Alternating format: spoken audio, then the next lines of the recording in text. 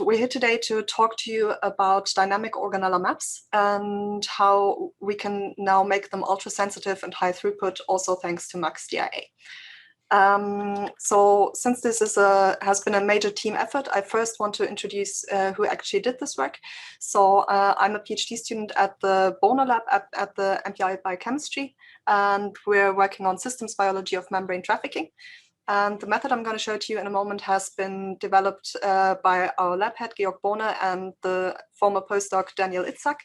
And then there's the postdoc, Alex Davies, who's the cell biologist in our lab. And Vincent Albrecht has been a master student who's been working on the DDA maps together with me for most of the past year. And we're situated in the department of Matthias Mann, so of course we benefit from the whole environment there a lot. And we also, of course, want to thank Jürgen and everybody in his lab because they've contributed to the initial bioinformatics pipeline for the method, and also they've given us access to the MaxDIA early, so I'm able to actually show you this data today already. So first off, I want to explain to you what dynamic organellar maps actually are, in case you don't know them yet. Then I'm going to talk to you about how we quantitatively control the quality of these dynamic organellar maps now and how we use those measures to benchmark DIA maps against DDA-based maps. And finally, I want to show you how we applied this to nutrient starvation in Hela cells already. So dynamic organellar maps are a method to look at the subcellular localization of proteins. And this is actually a critical component of the proteome that's often forgotten. And that's although it actually defines protein function very critically. So it defines the physicochemical environment that proteins find each other in, which affects folding, cofactor binding, and small molecule substrates. But it also limits the scope for interactions with other biomolecular macromolecules. So, for example, you might not be able to form certain protein complexes. You can or cannot interact with RNA and DNA, and generally it regulates which regulatory networks between proteins can form. And this is a highly dynamic system as well.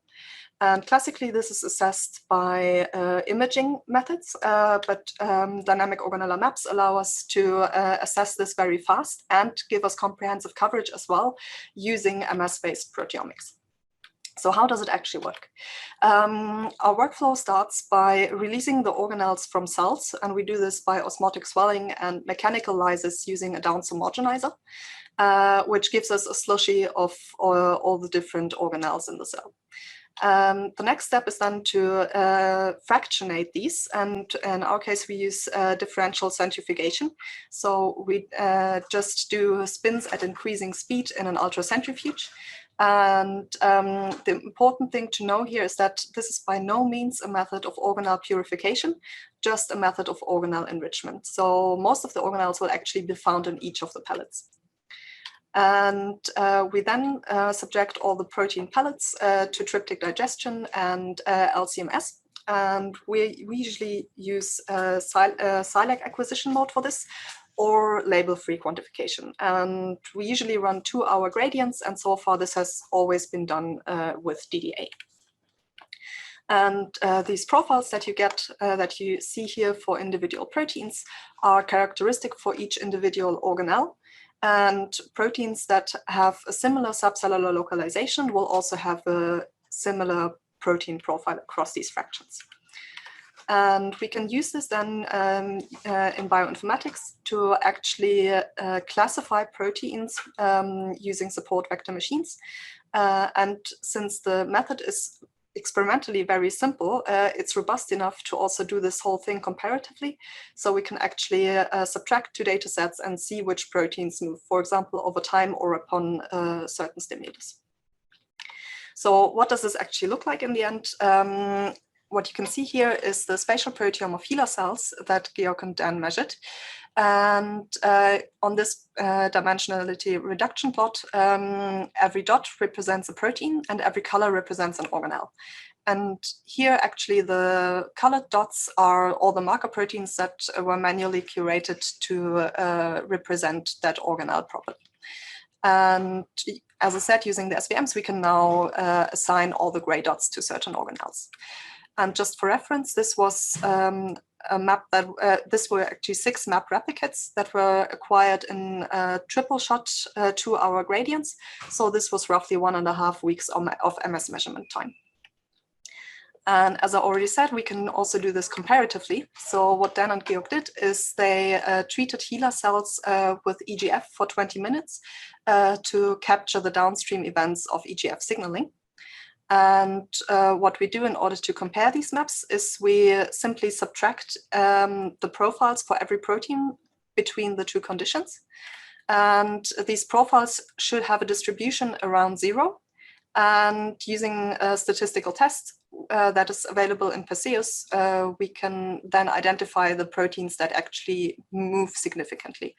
And this is represented in this MR plot, where the x-axis represents the degree of movement, and the y-axis represents whether the direction of the movement is actually reproducible.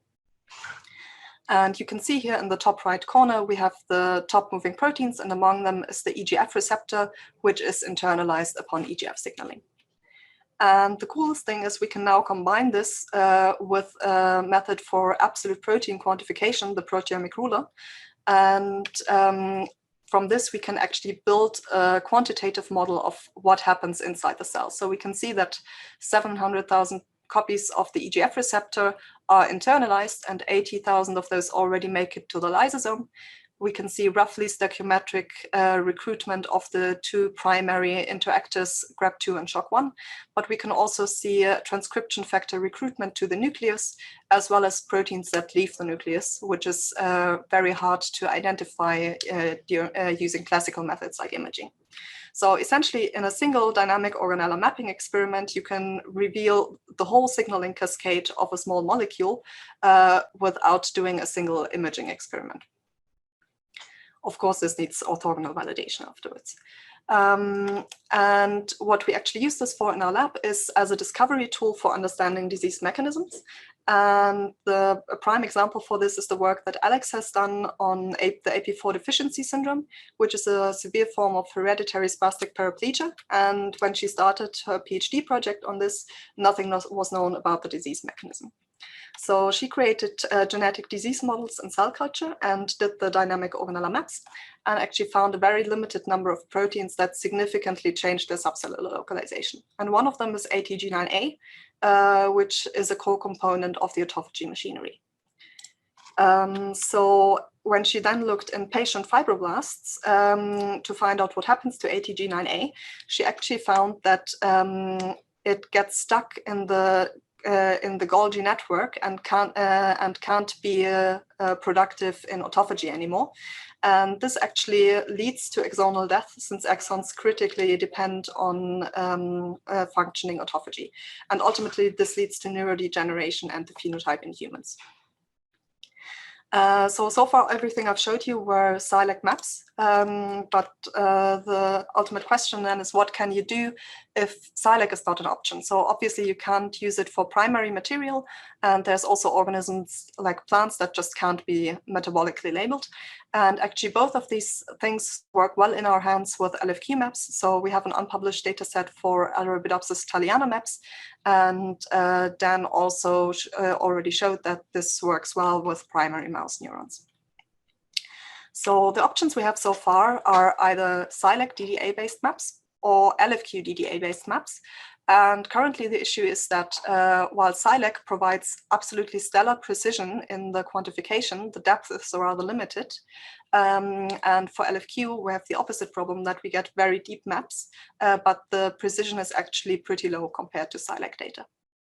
And now our hope was that if we turn to a DIA-based acquisition mode, we could hopefully get the same precision as SILAC and potentially even greater depth than with LFQ, because DIA has inherently higher coverage, and since we can use fragments for quantification, we also expect this coverage to be more precise. But this, what I'm showing you here, is very qualitative. So what we actually did is we developed some benchmarking measures that give us quantitative information about the quality of our maps. And so we look at depth, reproducibility, precision, and accuracy. And I briefly want to walk you through these four because they actually look very different for profiling experiment than in the experiments you would usually look at.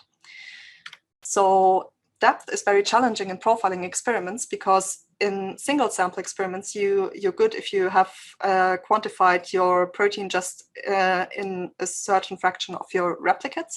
Whereas for profiling, you usually need significant coverage within every single replicate across the fractions. And on top of that, of course, you also need to profile your proteins repeatedly. So you actually reduce your numbers a lot. And what this practically means for SILAC is that if you invest 36 hours of runtime into a map, you identify about 5,700 proteins in the membranous organelles. And of those, only 2,900 actually have a useful profile, and only 2,100 were actually measured repeatedly.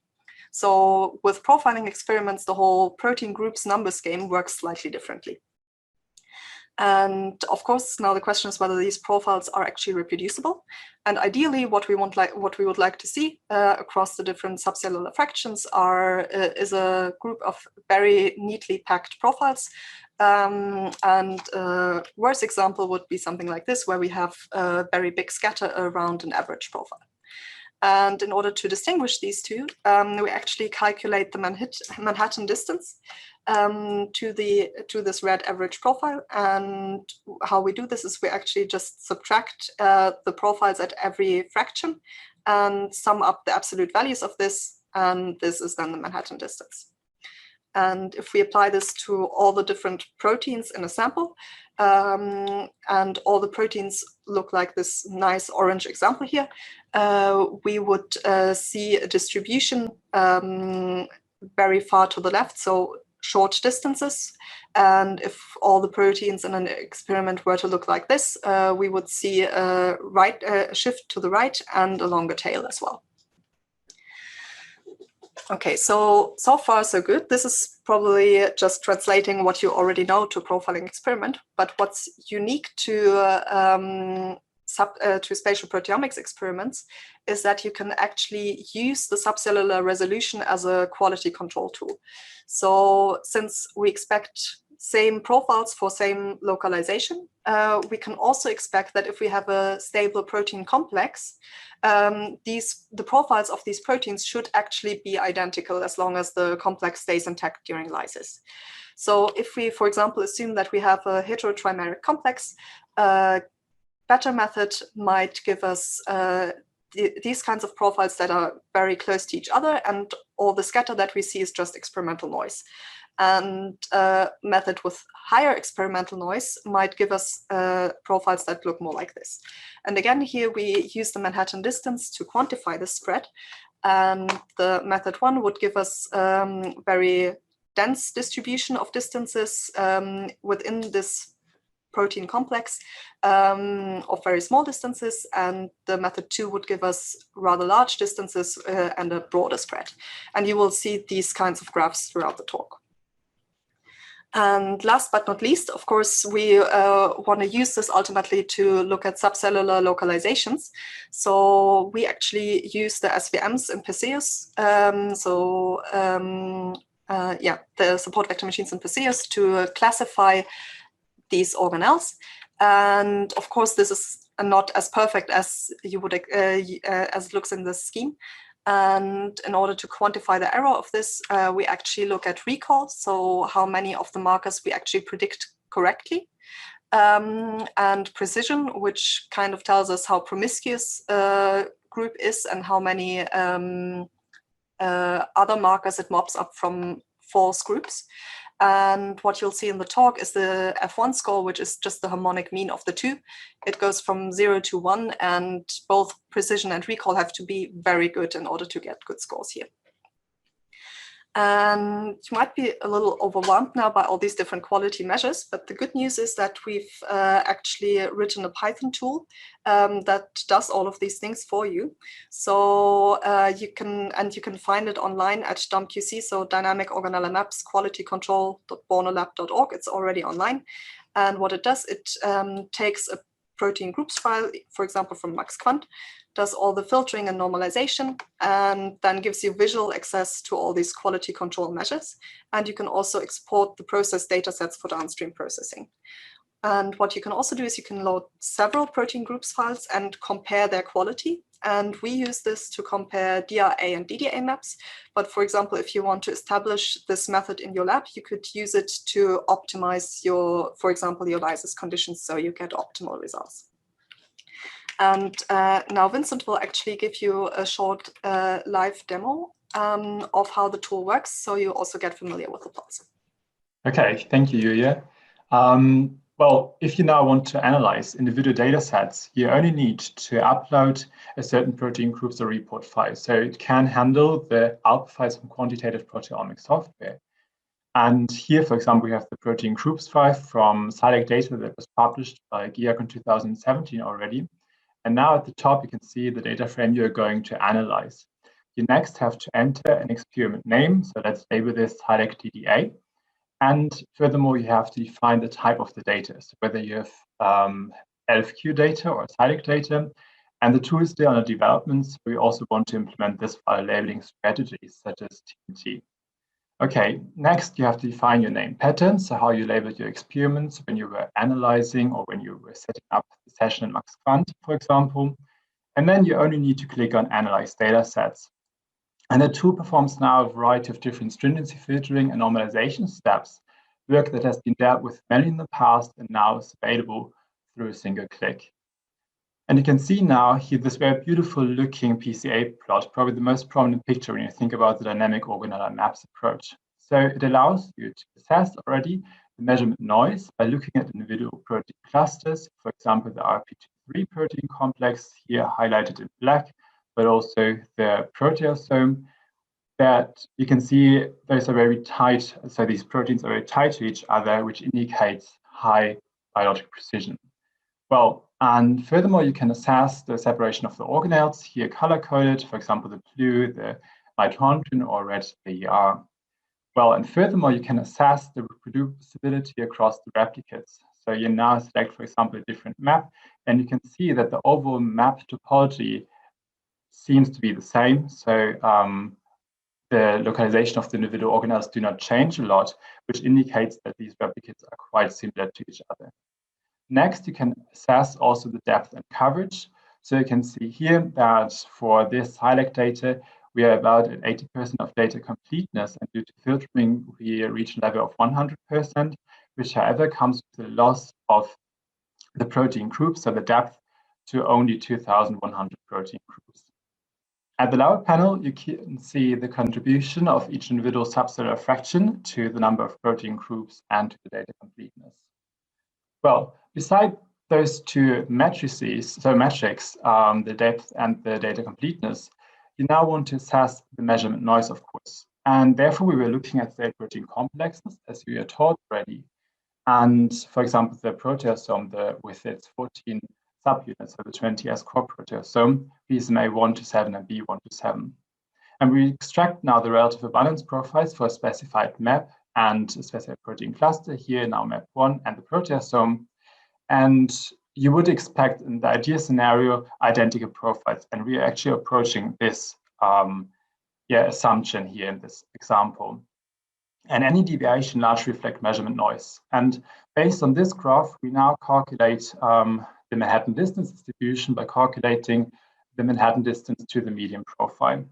And the tighter this distribution is and the smaller, the better resolved is this protein cluster.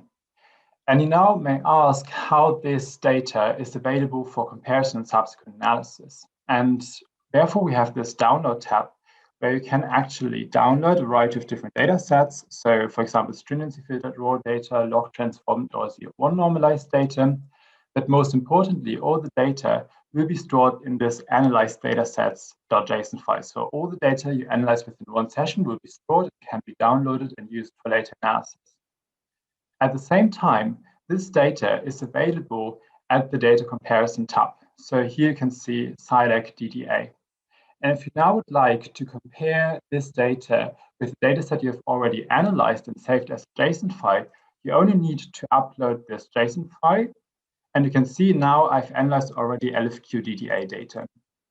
And you again click on Compare Experiments, and you can see again in the lower part the PCA plot. Now, maybe you change the principal component for the y-axis to have a better resolution and better separation of the different organelles.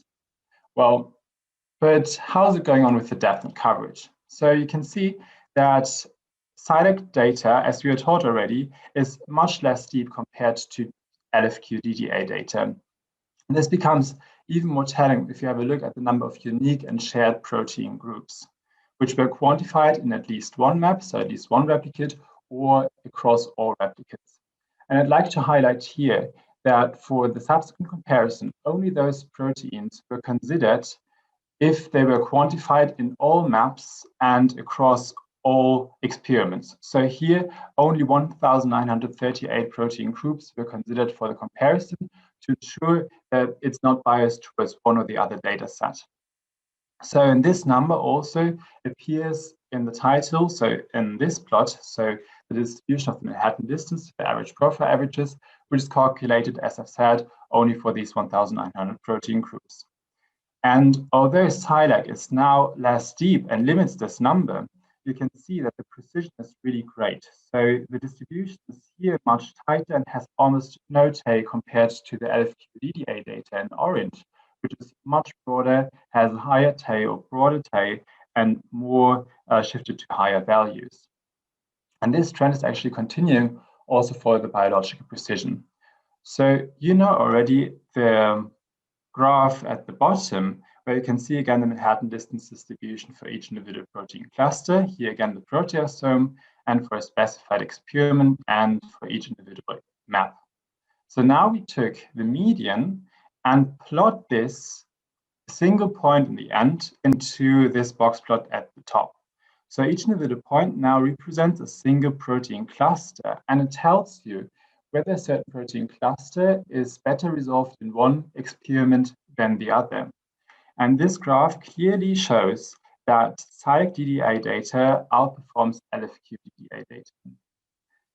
And to verify this, we did also the support vector machine learning. And we used, therefore, a marker set of 1,000 marker proteins covering 11 subcellular localizations. And we used this algorithm in Perseus. And finally, you get these misclassification matrices. And you only need to copy this misclassification matrix and upload it again in this Manage Datasets tab. And you can see here, we have now LFQ DDA data. You copy your misclassification matrix, and now you can see this as a heat map. And what it tells you is that, for example, for the plasma membrane, 104 proteins got correctly assigned to the plasma membrane. However, for example, for the Golgi proteins, all 5 got misassigned to the Golgi, and also 8 to the nuclear pore complex. So those are not properly predicted. Well, and based on this and the misclassification matrix for SILAC, we now calculate the marker prediction accuracy. So which is, you can find on the SVM analysis tab. And there you can see that the marker prediction accuracy, which is the proportion of accurately assigned marker proteins, is about 97% for SILAC and only 89% for LFQ DDA data. And now we also assessed the prediction for each individual protein cluster by calculating the F1 score. And you can see for every single of these 11 protein clusters, organelles, the SILAC DDA data performs the LFQ DDA data. So now we were able to assess in depth how LFQ DDA data behaves in comparison with SILAC. But well, now I will tell you about the comparison to DIA data. Yeah, thank you, Vincent. So what we actually wanted to look at then in comparison between DIA and DDA are these benchmarks. So we're first going to look at DDA versus Discovery DIA and Library DIA in MaxQuant. Then we're going to compare the output from MaxQuant and SpectraNote. And lastly, we also look at the trade-off between MS measurement time investment and the quality of the organellar maps. And just to briefly also tell you what kind of samples we actually used. So Alex and Vincent created 3 fresh organellar maps from Hela cells. And we, in the end, we measured all of this on an Explorer system without FAMES. And to vary the measurement time, we actually used 2 different LC systems. So either the nano LC for the 100-minute gradients or the EvoSep system for 21 and 44-minute gradients. So all the, importantly, all the analysis that I'm going to show you were done from the exact same biological samples. So now let's first look at DDA versus DIA. So if we look at the depth of DDA in blue and discovery DIA in orange, we can see that before filtering, they're not too far apart, but after filtering, actually the depth gain that we get is close to 100%. So we actually gain 2,500 protein groups that we didn't see with the DDA maps, but we now can see them with discovery DIA. So this is absolutely amazing. And this is actually as expected due to the increase in coverage.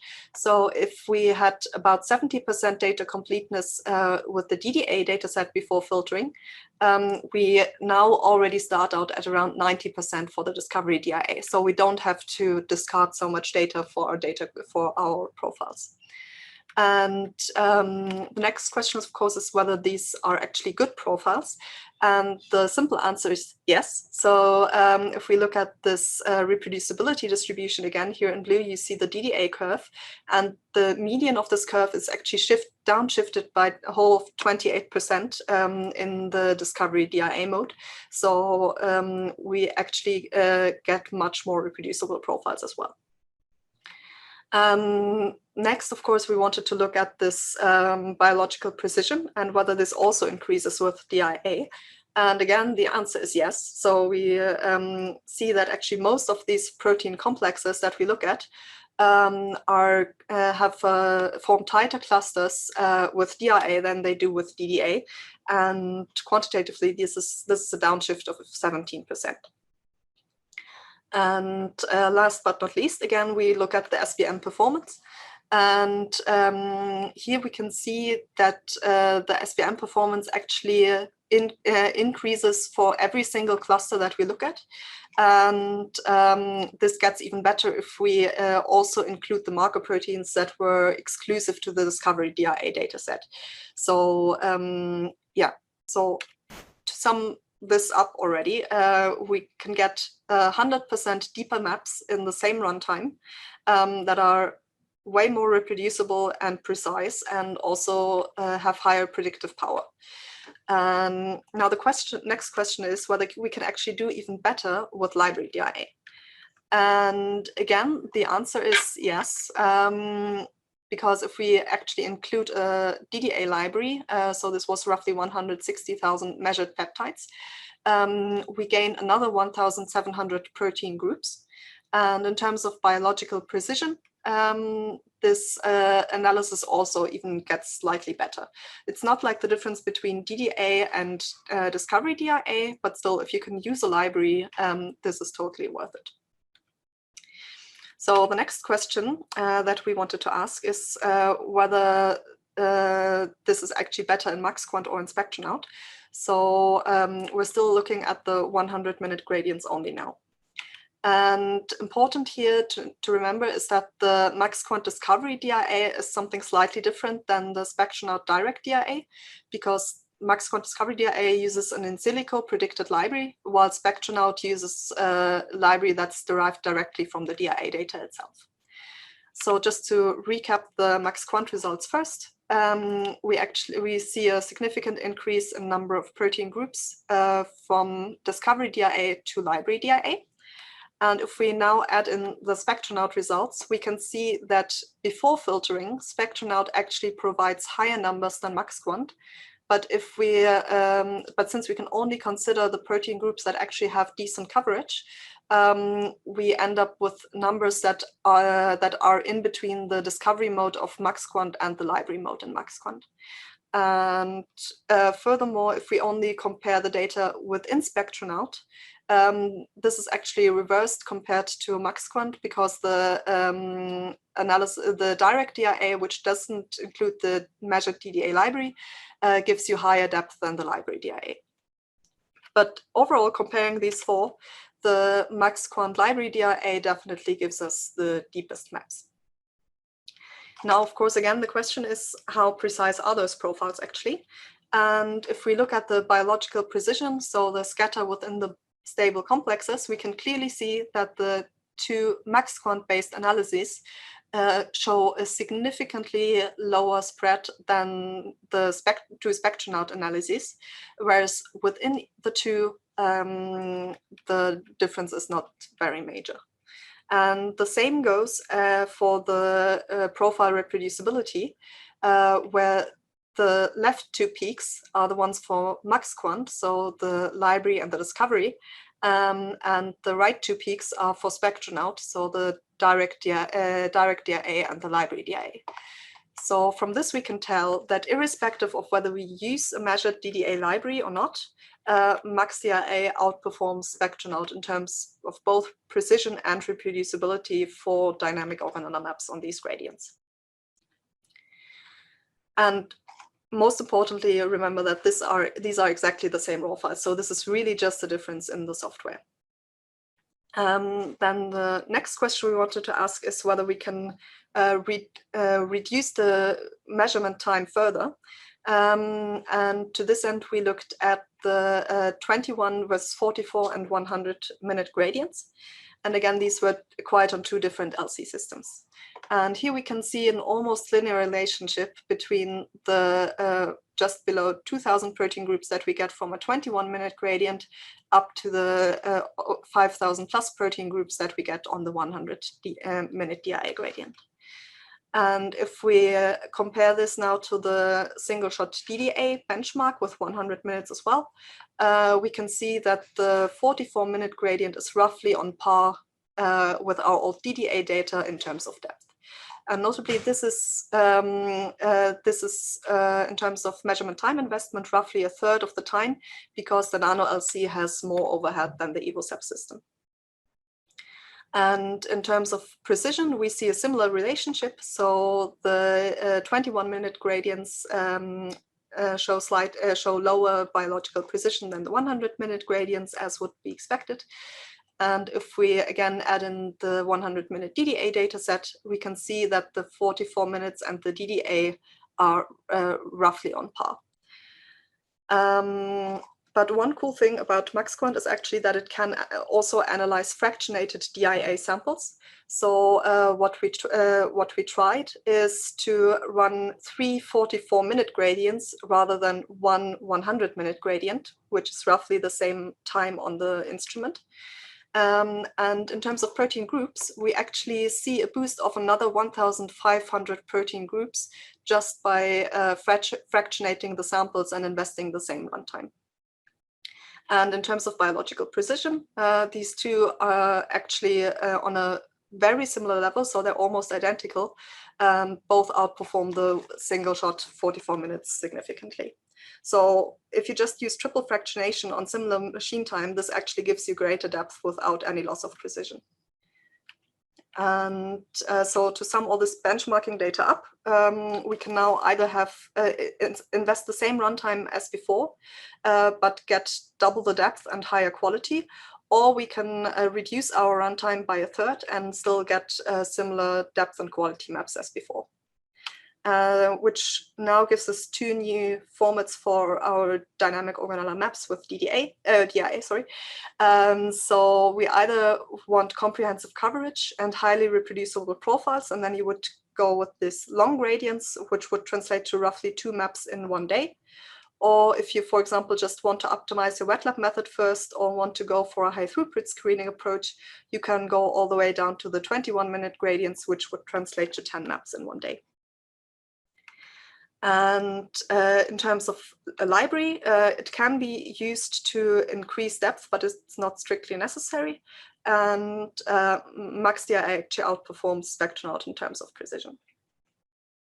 So let me just check the time. Yeah, so I think I have briefly time to go into this as well. So as you know, the transfer Q value is one of the parameters that you can optimize.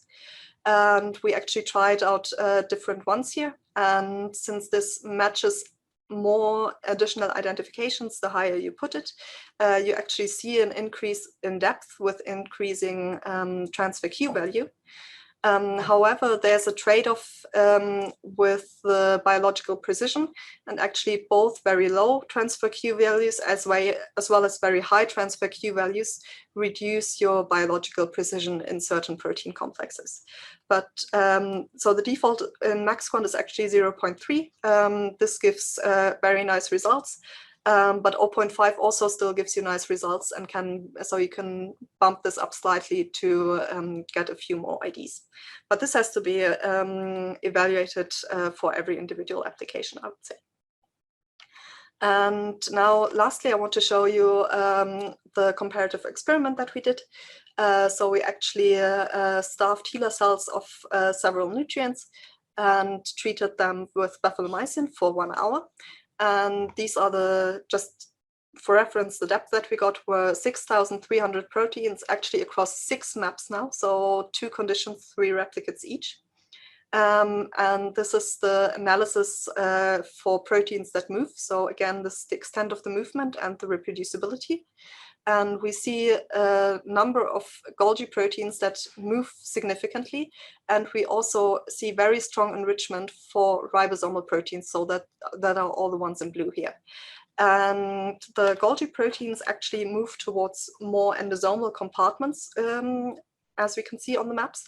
And the ribosomes shift towards lower weight fractions, which indicates that they are less involved in translation, which makes perfect sense in a starvation condition.